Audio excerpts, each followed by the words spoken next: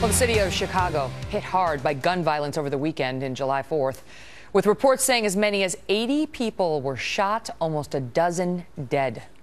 My next guest writing a column Monday where he said, quote, liberal progressives will use any gun violence to further their anti-gun agenda. However, when it's in their backyard, they are amazingly silent. Lieutenant Colonel Allen West is a Fox News contributor and former Florida congressman. Sir, good to see you tonight. And so why do you think that is? I mean, what would be the reason that there wouldn't be more outrage over this? Well, good evening. It's a pleasure to be with you, Megan. And when you look at the fact that this is in Chicago, it is right there in the backyard of Barack Obama. Hillary Clinton is from Chicago, Rahm Emanuel, David Axelrod, David Plouffe, Louis Farrakhan, Jesse Jackson Sr. And you don't have the normal ability to talk about where gun control could play a part because Chicago has some of the most stringent gun control laws there. And furthermore, it's happening in the inner city, in the black community, in the black neighborhoods. And I don't think that it is very important to the liberal progressives of the Democrat Party to solve this problem in the inner city, that it's not just isolated to Chicago, it's also Detroit, it's Philadelphia, my hometown in Atlanta, it's all of these inner cities where these policies are failing.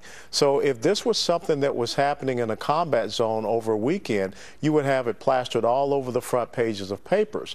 But now, of course, it doesn't fit into that agenda. You're not hearing anything about it.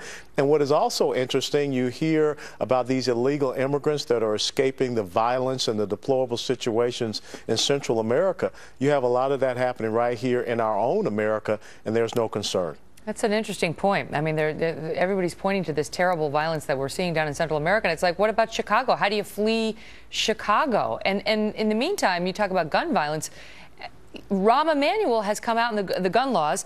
Rahm Emanuel, the city's mayor, has come out and once again talked about guns, saying, where are the gun laws? Where are the national leaders so that we don't have the guns of Cook County, Indiana, and downstate Illinois flowing into this city? Well, I think that Rahm Emanuel is not paying attention to the fact it's the gang violence, and it's the failure of those policies in the inner city.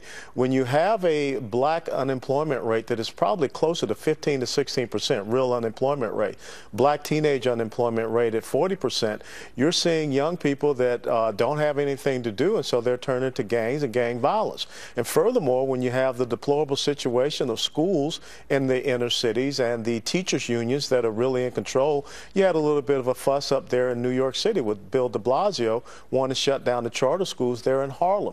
These are the type of policies that are adversely affecting the black community that the left does not want to talk about. But, as a matter of fact, but do you think that there's just a sense of resignation because it's gang on gang violence?